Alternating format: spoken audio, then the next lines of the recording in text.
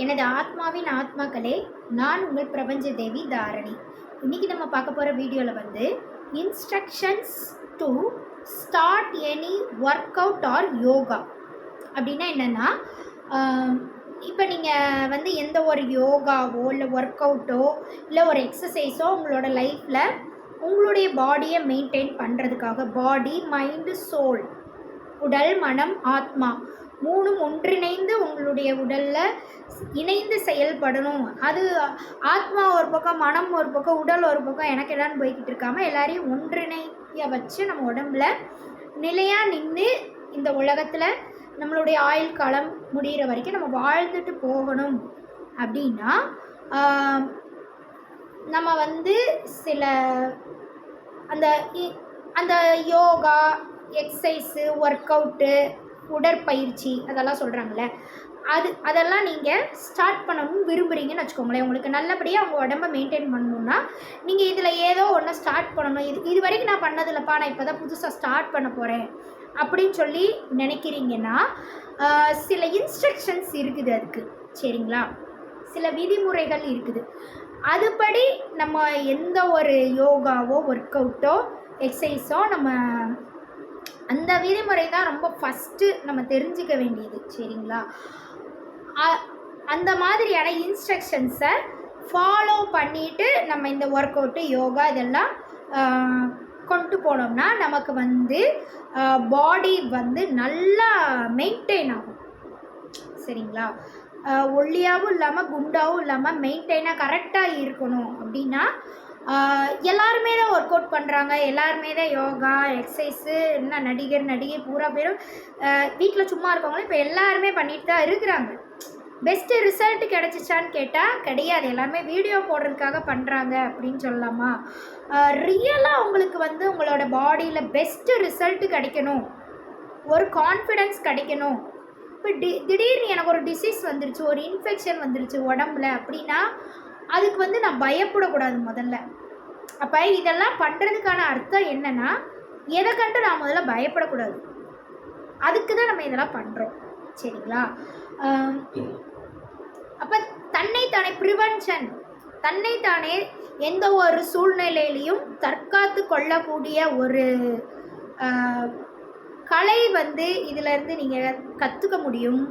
இந்த yoga work out இதெல்லாம் வந்து என்ன சொல்கிறது, எல்லாமே ஆல்ரெடி நிறைய டீச்சர்ஸ் உங்களுக்கு எல்லாருக்குமே சொல்லி கொடுப்பாங்க யோகா எல்லாமே. ஆனால் அதை நம்ம ஃபாலோ பண்ணுறதுக்கு முதல்ல என்ன பண்ணணும், அதை தினந்தோறும் நம்ம வீட்டில் செய்கிறதுக்கு முதல்ல எந்த விஷயம் தெரிஞ்சிருக்கணும். அந்த விஷயத்தை யாருமே சொல்லி கொடுக்கவே மாட்டுறாங்க. ஏன்னா நான் பல யோகா கிளாஸ்லாம் போயிட்டு வந்திருக்கிறேன், அதனால எனக்கு தெரியும் அது ஏன் யாருக்குமே பிடிக்க மாட்டேங்குது யோகா, அதனால ஏன் பெஸ்ட்டு ரிசல்ட் வர மாட்டேங்குது அப்படின்றது நான் கவனித்த வரைக்கும். நான் அந்த யோகாலாம் வீட்டில் செஞ்சு ப்ராக்டிஸ் பண்ணதுக்கப்புறம் நான் புரிஞ்சுக்கிட்டது என்ன அப்படின்னா, எல்லா யோகா இன்ஸ்ட்ரக்டரும் ஜிம்மு கோச்சாக இருந்தாலும் சரி இந்த ஒரு விஷயத்த சொல்ல மாட்டாங்க, அவங்களுக்கே தெரில அப்படின்னு வச்சுக்கலாமா? அதை நான் வந்து அனலைஸ் பண்ணி வீட்டில் ஒர்க் அவுட் பண்ணி பார்த்து புரிஞ்சு தெரிஞ்சுக்கிட்ட ஒரு விஷயம். அதை உங்களுக்கு இன்றைக்கி எல்லாருக்கும் ஷேர் பண்ணலாம் அப்படின்னு சொல்லி நினைக்கிறேன். என்ன அப்படின்னா, ஃபஸ்ட்டு இன்ஸ்ட்ரக்ஷனே அதுதான். நீங்கள் எந்த யோகா எக்ஸசைஸ் அல்லது ஒர்க் அவுட்டு எது பண்ணுறதா இருந்தாலும் சரி வாயில் மூச்சு விடக்கூடாது. ஃபஸ்ட்டு இன்ஸ்ட்ரக்ஷன் என்னது, வாயில் மூச்சே விடக்கூடாது. வாயில் உங்களுடைய காற்று வெளியே போகிறதோ உள்ளே வர்றதோ இருக்கவே கூடாது. ஃபுல் அண்ட் ஃபுல் மூக்கில் தான் மூச்சு விடணும், சரிங்களா?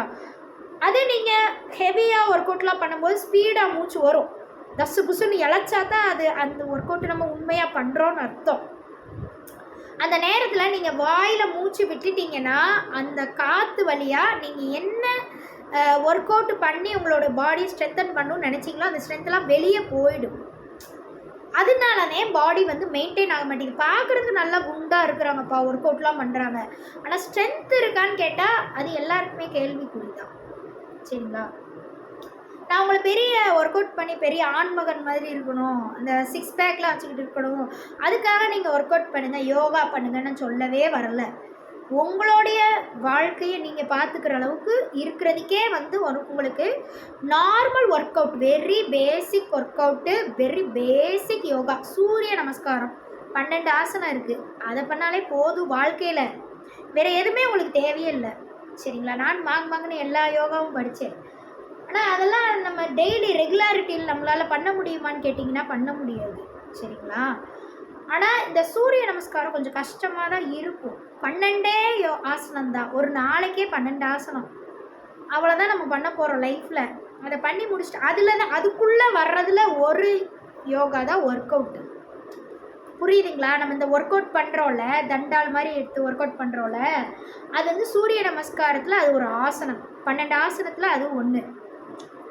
அப்போ எல்லாமே அதுக்குள்ளே நம்ம முடிச்சிடுறோம். சரிங்களா? அந்த 12 ஆசனத்தை பண்ணிவிட்டு அப்புறம் சம் எக்ஸசைசஸ் இருக்குது. உடற்பயிற்சி கொஞ்சம் கையை காலை ஆட்டி பண்ணுறது. அதெல்லாம் எதுக்குன்னா கை காலுக்கெல்லாம் கொஞ்சம் வந்து ஸ்ட்ரென்தன் ஆகும். அதுக்காக நம்ம பண்ணுறது.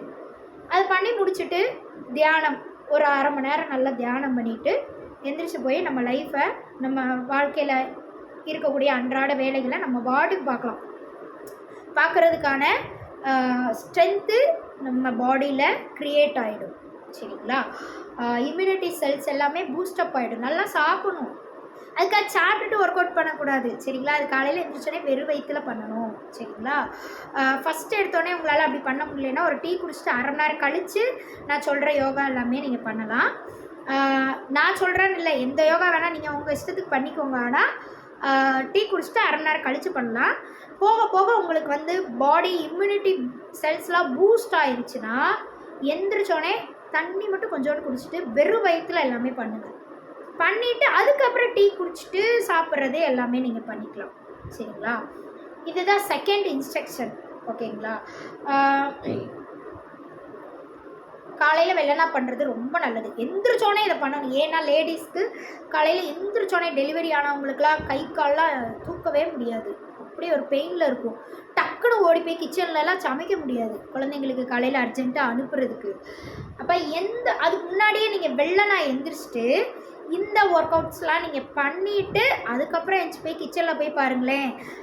2 மணி நேரத்தில் சமைக்கக்கூடிய சமையலை நீங்கள் 1 மணி நேரத்தில் முடிச்சிடலாம். ஸ்பீடப் வந்துடும். உங்கள் உடம்புல உங்களுக்கே தெரியாமல் ஆட்டோமேட்டிக்காக ஒரு ஸ்பீட் வந்துடும். எல்லா வேலையும் அதை சமைச்சு முடிச்சுட்டு குழந்தைங்கள அனுப்பிச்சிட்டு நீங்கள் ஒரு வேலைக்கே போகலாம். எப்படி எனக்கு இவ்வளோ எனர்ஜி வந்துச்சுன்னே தெரில அப்படி நீங்கள் உங்களை நீங்களே ஆச்சரியமாக நினைக்கிற அளவுக்கு நீங்கள் மாறிடுவீங்க. சரிங்களா?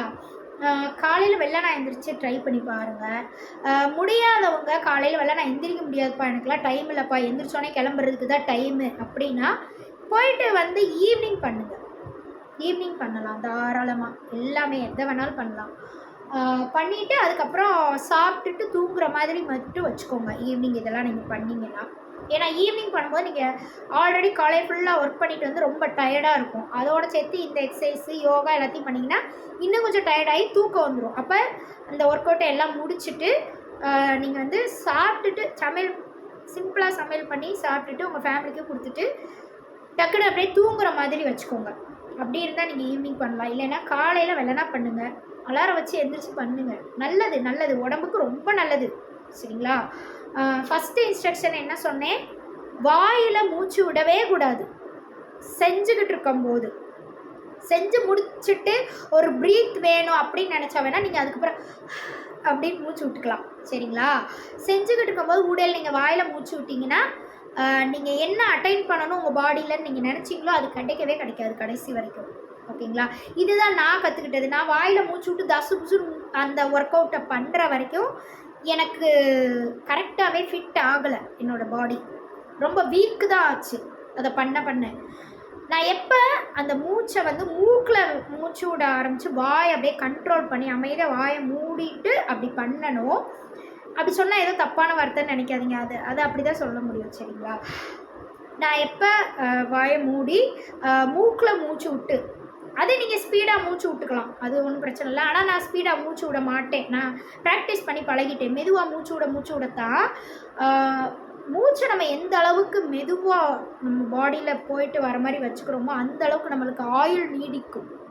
இது ஒரு பெரிய ரகசியம். சரிங்களா? மூச்சை ஸ்பீடாக விட நமக்கு ஆயில் குறைஞ்சிட்டே போகும். நம்ம வாழ்க்கையில் நமக்கே தெரியாமல் இந்த மிஸ்டேக் வந்து நம்ம பண்ணிகிட்ருக்கோம். அதனால் மூச்சு பயிற்சிலாம் நம்ம கண்டிப்பாக பண்ணணும். நம்ம லைஃப்பில் ரொம்ப மூச்சு பிரச்சனைகள்லாம் இருக்கிறவங்களாம் அந்த மூச்சு பயிற்சிலாம் பண்ணாங்கன்னா அதை நிச்சயமாக அவங்களால சரி பண்ண முடியும். சரிங்களா? அந்த மாதிரி விஷயங்கள்லாம் வீடியோவில் வந்து இப்போதைக்கு நான் போட போகிறதில்ல. அந்த மூச்சு பயிற்சி எல்லாமே ஃப்ரீ டைமில் அடுத்த வருஷம் பார்ப்போம். அதெல்லாம் யூடியூப்பில் போடுறது. நான் இனி நேரில் தான் கிளாஸ் எடுக்க போகிறேன். என்னுடைய சரௌண்டிங்ஸில் யாரெல்லாம் இருக்காங்களோ அவங்களுக்கு வந்து யோகா கிளாஸஸ் எடுக்க போகிறேன். ஆன்லைனில் எடுக்கிறதா எனக்கு வந்து ஐடியா இல்லை. அது வேணாம். அது பார்த்துட்டு யாரும் எப்படி செய்யவும் மாட்டாங்க. அது எதுக்கு தேவையில்லாமல் போட்டுட்டு மாஸ்க் காட்டுறதுக்கு சும்மா நான் இதெல்லாம் பண்ணுறேன் அப்படின்ற மாதிரி வீடியோ வேணால் சும்மா போட்டுக்கலாம். செய்முறை விளக்கம்லாம் கொடுத்து ஆன்லைனில் கிளாஸ் எடுத்தால் என்னை பொறுத்த வரைக்கும் அது வேஸ்ட்டு தான். நேரில் போய் எல்லா பேரும் பெண்டை நிமித்தி செய்ய வைக்கிறது தான், செய்ய வச்சா தான் அவங்க பழகுவாங்க யாராக இருந்தாலும். ஆன்லைனில் பண்ணுறது அப்படியே ஏச்சிட்டு கிளாஸை அப்படியே சும்மா கவனிச்சுட்டு செய்கிற மாதிரி ஆக்ஷன் போட்டு போயிடுவாங்க. அதனால் அது வேணான்னு சொல்லி நான் நினைக்கிறேன்.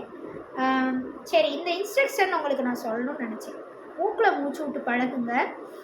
மூக்கில் மூச்சு விட்டு ஒர்க் அவுட்லாம் பண்ணும்போது மூக்கில் மூச்சு விட்டு பழக தெரியலைன்னா அப்போ முன்னாடியே ப்ரீத்திங் எக்ஸசைஸ்லாம் ப்ராக்டிஸ் பண்ணுங்கள். ப்ராக்டிஸ் பண்ண உங்களுக்கு மூக்கில் மூச்சு வந்து கரெக்டாக போகும். அதுக்கப்புறம் நீங்கள் ஒர்க் அவுட் பண்ணிங்கன்னா உங்கள் பாடிக்கும் ஸ்ட்ரென்தன் ஆகும்.